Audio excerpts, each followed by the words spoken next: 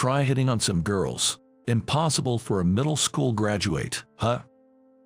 It was James, a middle school classmate, who said this to me. James always looked down on me for being a middle school graduate, and he never missed an opportunity to harass me like this. Until today, I couldn't talk back to James, but today is different. In front of everyone, I made up my mind and said to James, "She's actually my secretary and my wife."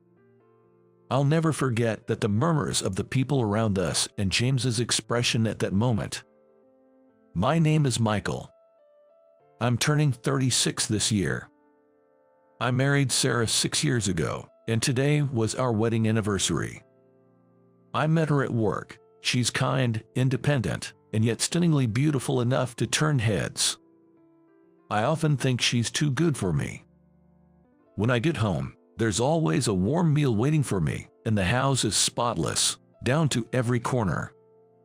I have such a perfect family life and a fulfilling job in logistics. Though the early days were tough, I've come a long way. I lost my father when I was in the 7th grade of middle school, and then my mother collapsed from overwork. There wasn't much I could do back then, but by working right after graduating from middle school, I managed to support my mother somehow. I had a dream university I wanted to attend, but my situation made it impossible. The thought of working right after middle school was unimaginable, and despite being discouraged by everyone around me, my determination to support my mother got me through it. At first, I resented my circumstances, but now, my struggles makes me appreciate the ordinary things in life.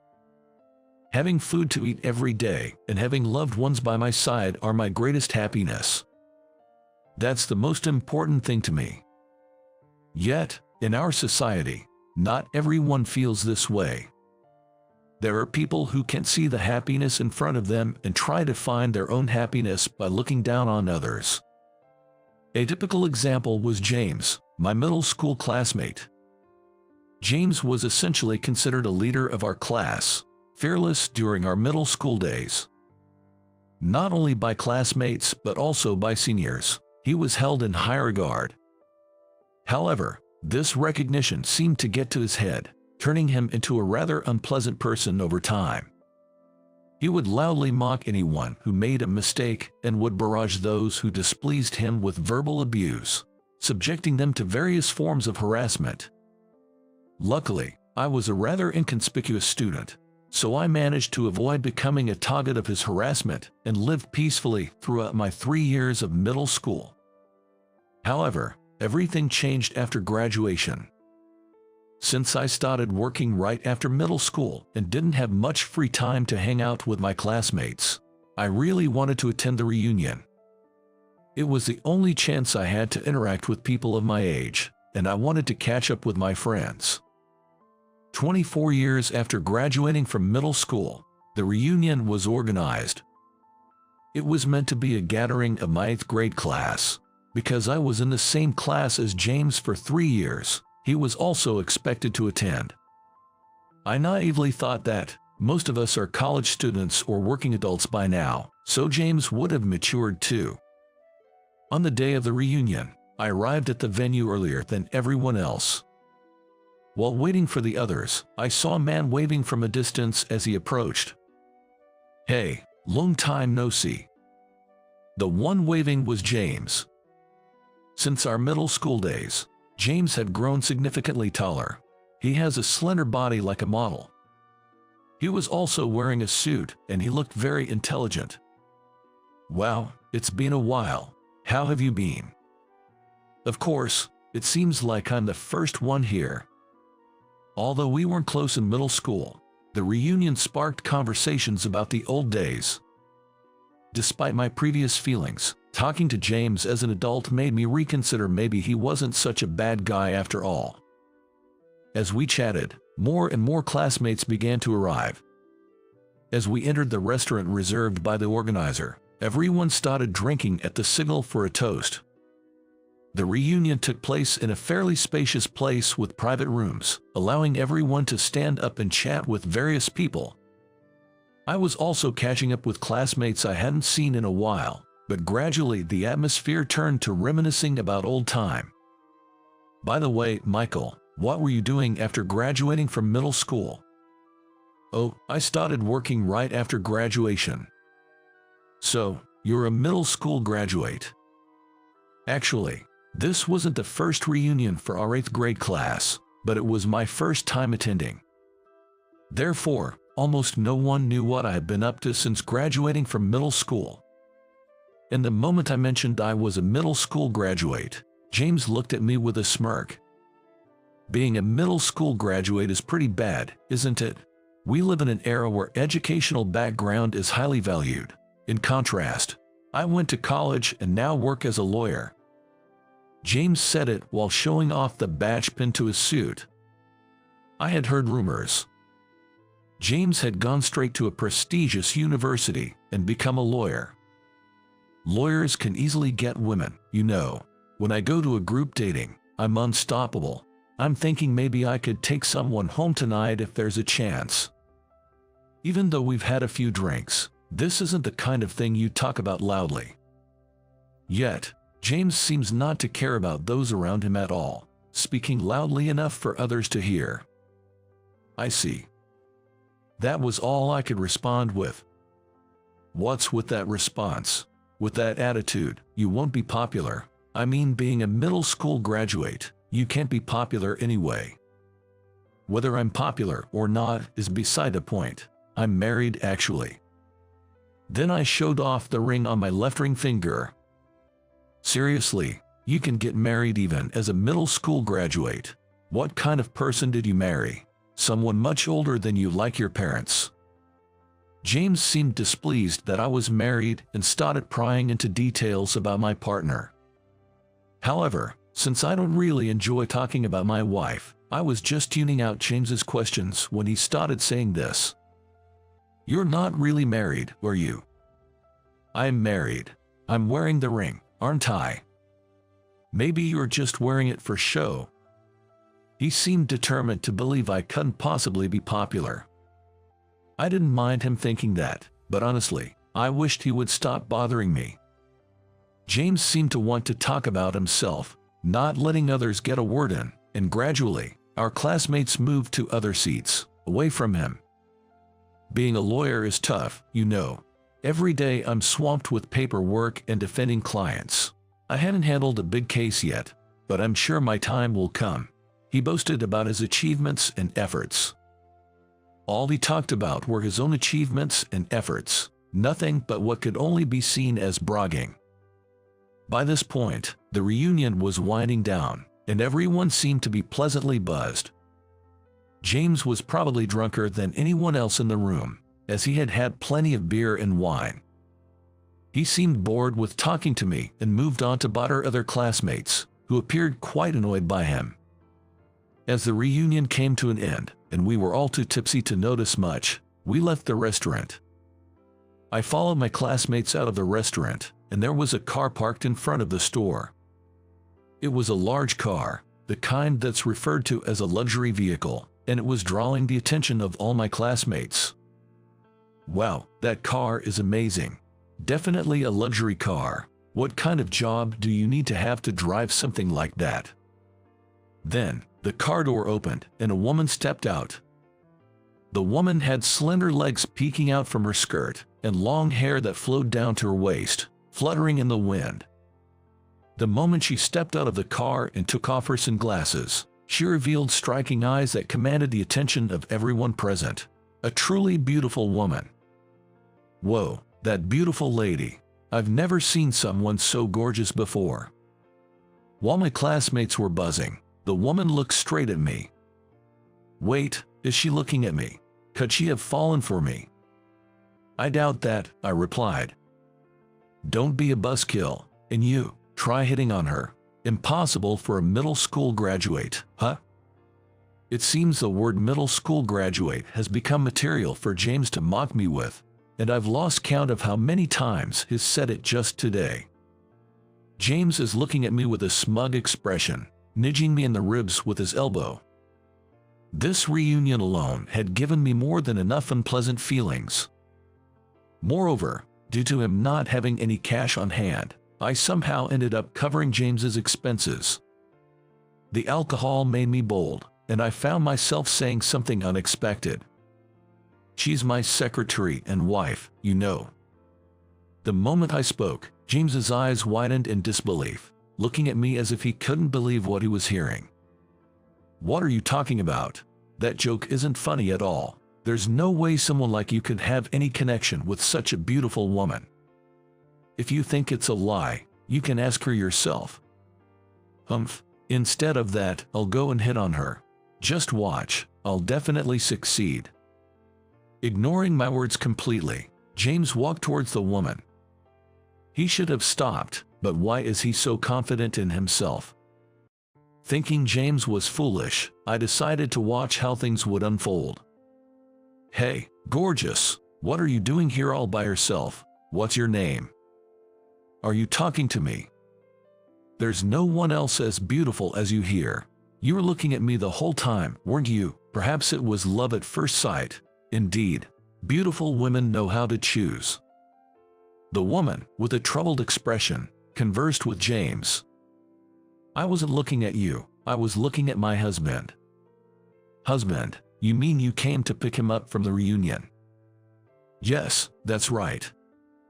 It seemed James was becoming a nuisance, and the woman's responses gradually became more curt. Feeling sorry for her, I decided to intervene. "Sarah, thanks for picking me up." James turned around to look at me, then back at the woman, his confusion evident. "What do you mean, Sarah? Explain this." "Like I said earlier, she's my secretary and wife." "Your wife, and she's also your secretary?" James's face said he couldn't understand, which wasn't surprising. I had told him about being a middle school graduate, but not about my current job. "I work in logistics, but a few years ago, I started my own company." That was before marrying Sarah, so it's been almost a decade. At that time, I was only 26, when most people were just getting accustomed to their jobs. However, I had been working earlier than anyone else and wanted to achieve something bigger. Using the knowledge and connections I had accumulated, along with my savings, I launched a shipping company. It was challenging at the start, and I couldn't afford to hire other employees, but I managed to keep it going, and now we're successful enough to employ staff. Sarah was hired as a secretary, but as we spent more time together, our relationship deepened, leading to marriage. That's why she continues to work as my secretary, even after our marriage. I explained this to James, but he seemed unable to believe it. He couldn't imagine that the guy he mocked for being a middle school graduate owned his own company. And he must not be able to imagine that the beautiful woman that everyone looks back at was my wife. "Come on, if you knew I was in trouble, you should have come to my rescue sooner." Sorry, I just wanted to tease a bit. Shall we go now?" With that, Sarah and I got into the car. While James and the classmates looked on in astonishment, I waved goodbye. On the way home, I told Sarah about everything that happened at the reunion, and it seems she already dislikes James. "What's with that guy? Behaving too close and familiar for someone I just met. Was he always like that?" "Yeah, he hasn't changed much from back then." "Well, I'm glad you're not friends with someone like that." Sarah doesn't like people who are too close or overly familiar, like James.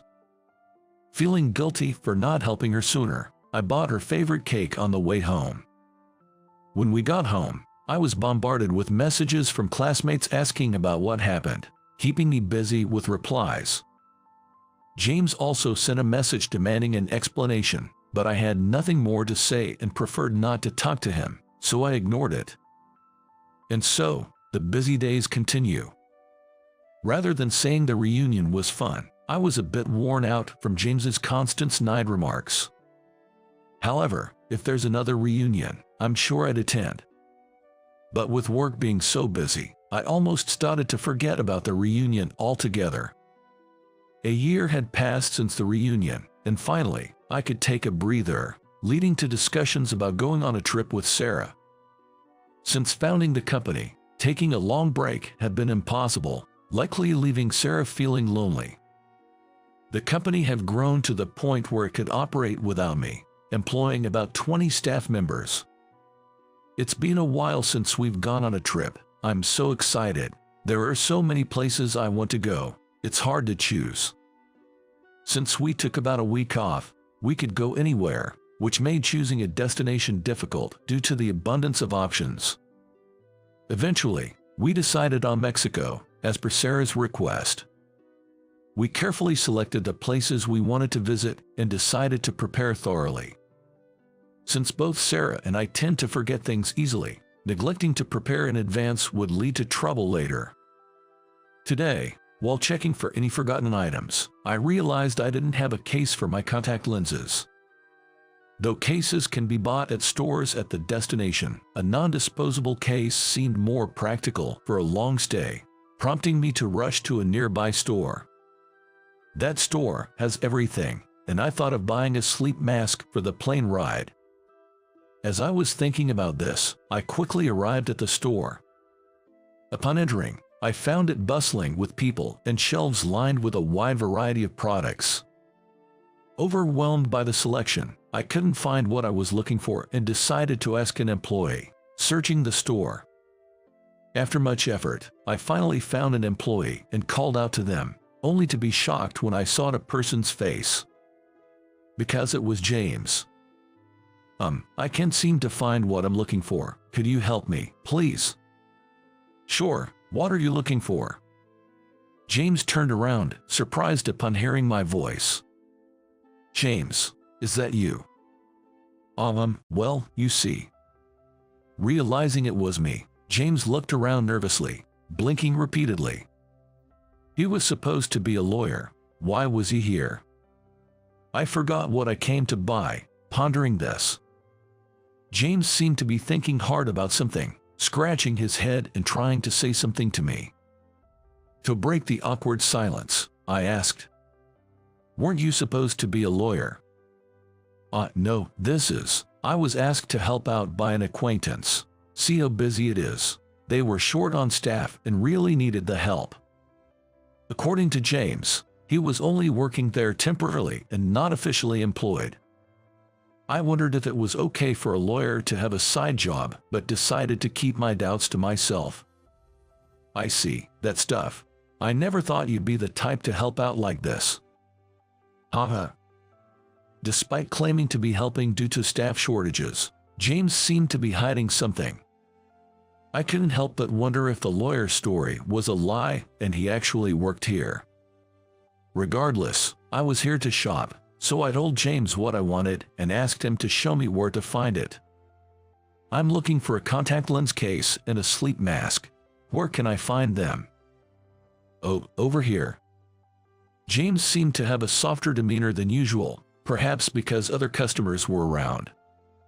Well, that's probably the norm in such settings. He led me through the store, and I was able to find what I needed. Thanks, I couldn't have found it without you. By the way, it's impressive how you know where everything is, even though you're only helping out temporarily. Well, it's not my first time here. I've been here a few times before. Although I couldn't imagine James volunteering for anything, it reminded me that everyone has sides to them that others may not see.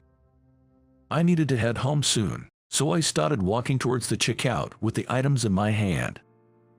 Just then, another employee approached from behind James and placed a hand on his shoulder. James, can you help me with this? The aisle is too narrow to display this item. The moment he was tapped on the shoulder and addressed, James's artificially crafted smile froze. Then, he turned around slowly, like a robot. James, is everything okay? Do you know this person? I'm sorry for interrupting. I'll ask you again later. Before James could respond, the employee hurried away. Caught in an awkward silence, we both stood frozen on the spot. Please don't tell anyone that I'm the store manager here, James said, shoulders slumped and eyes fixed on the floor. I want to hear the whole story, so contact me after work." "Okay." After saying that, I purchased the items and went home. A few hours later, James contacted me to say he was off work, so I headed back to the store. "How about we go to a cafe nearby?" I suggested to James, who was waiting, and we entered a cafe in the same building. Curious about many things, I first asked why James, supposedly a lawyer, was working as a store manager. "Why are you working there?" James, reluctantly at first, took his time to explain. After graduating from middle school, James dedicated himself to his studies from high school onward with the goal of becoming a lawyer. While others were playing, he was studying, and it seems he hardly took any time off to play even during school holidays. As he isolated himself in his studies, friends stopped inviting him out, and he became somewhat of an outsider. Despite this, James's resolve to become a lawyer was unwavering. Even in university, where he prioritized his studies while juggling part-time jobs to afford tuition, he often fell or attended lectures sleep-deprived, hindering his academic performance. He struggled with the preliminary exams necessary for the bar exam, failing multiple times without ever passing. Eventually, he gave up on becoming a lawyer. "Why did you want to become a lawyer so badly?" I asked, intrigued by his persistent effort. "It's because my father was wrongfully arrested." "What do you mean?" James shared that during his high school years, his father was wrongfully arrested. The lawyer they hired didn't do his job properly, leading to a guilty verdict. Though the actual time served was about 3 years, having a criminal record proved to be a significant hardship.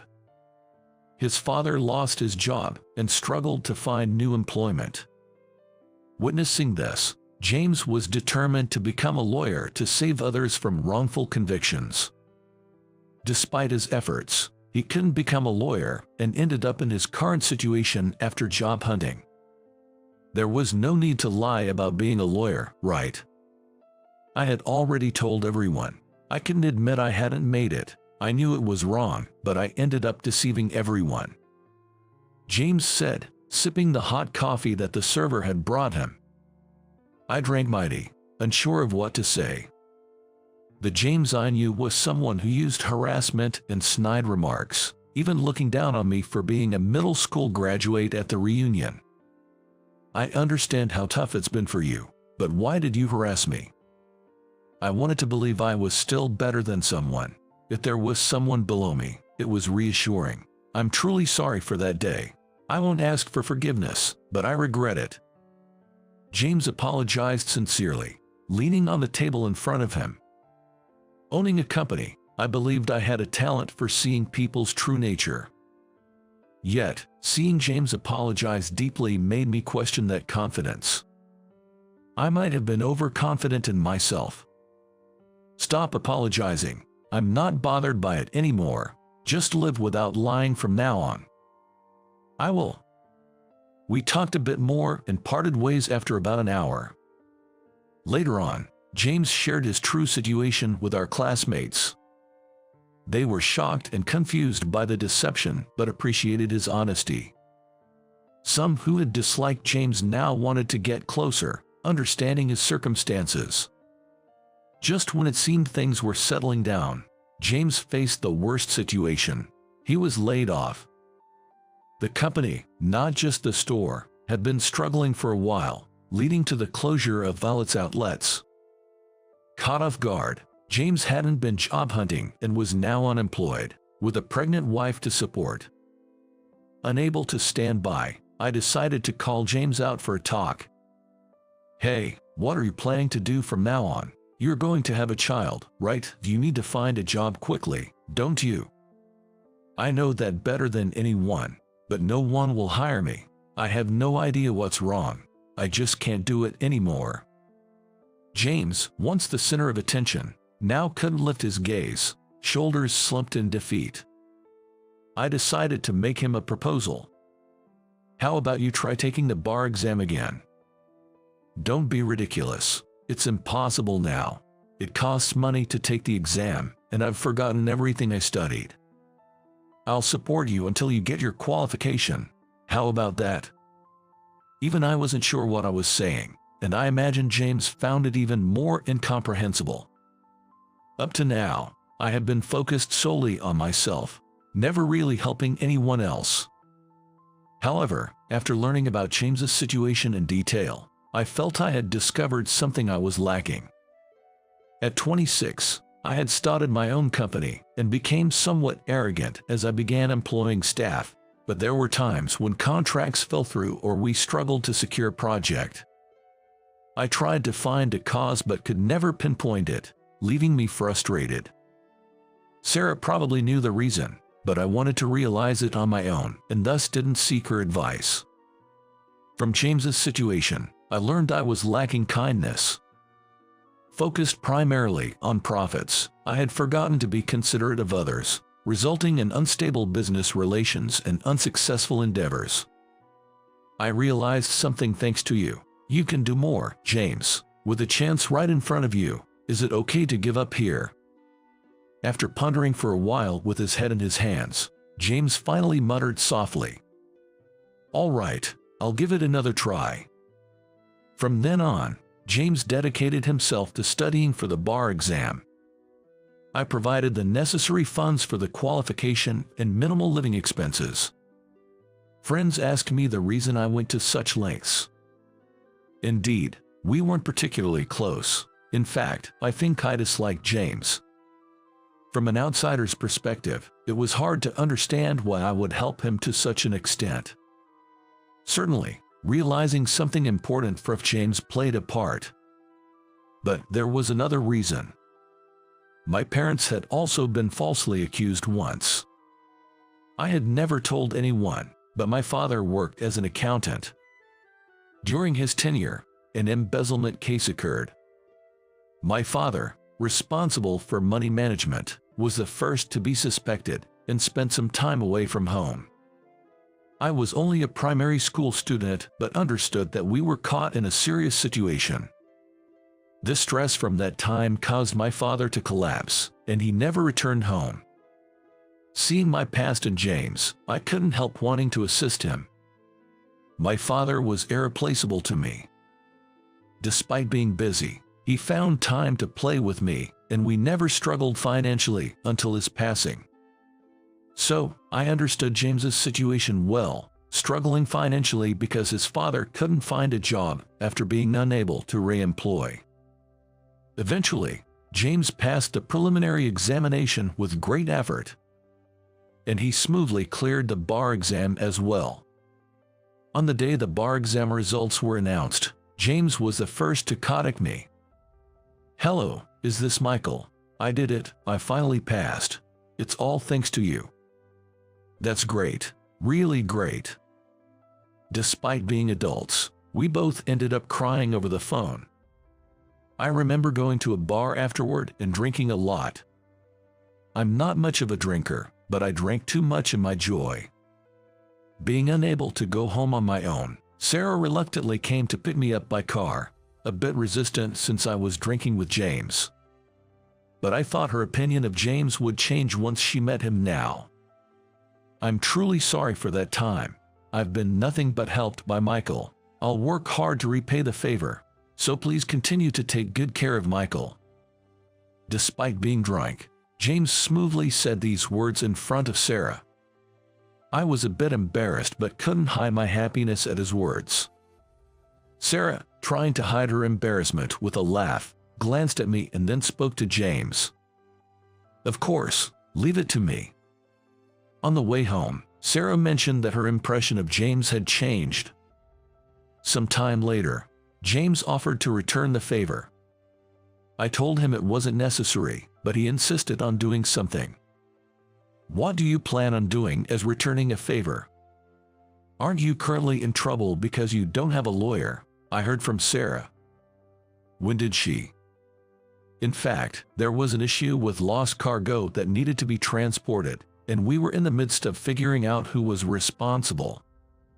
The loss occurred after delivery, but given the high value of the products, the other party wanted us to pay damages. However, without concrete evidence, the lawyers said there was little they could do, leaving us in a difficult situation. James asked to see the information we had stored on paper and computers, so I decided to hand over everything we had. After looking through everything, there's no problem at all, Michael. You haven't done anything wrong, so stand firm. True to his word, James proved our innocence and saved the company from a crisis. Thank you so much. It would have been tough if we had to pay compensation. It was tens of millions of dollars. Well, can I consider my debt repaid with this? Of course. If anything, you've done too much. Afterward, James became the dedicated lawyer for my company. He had just landed a job at a law firm after getting his license, but when I approached him, he immediately agreed to join us. Though we're still getting used to working together, I'm very happy to be working with James. There's still so much to learn, but I hope to grow with the help of those around me.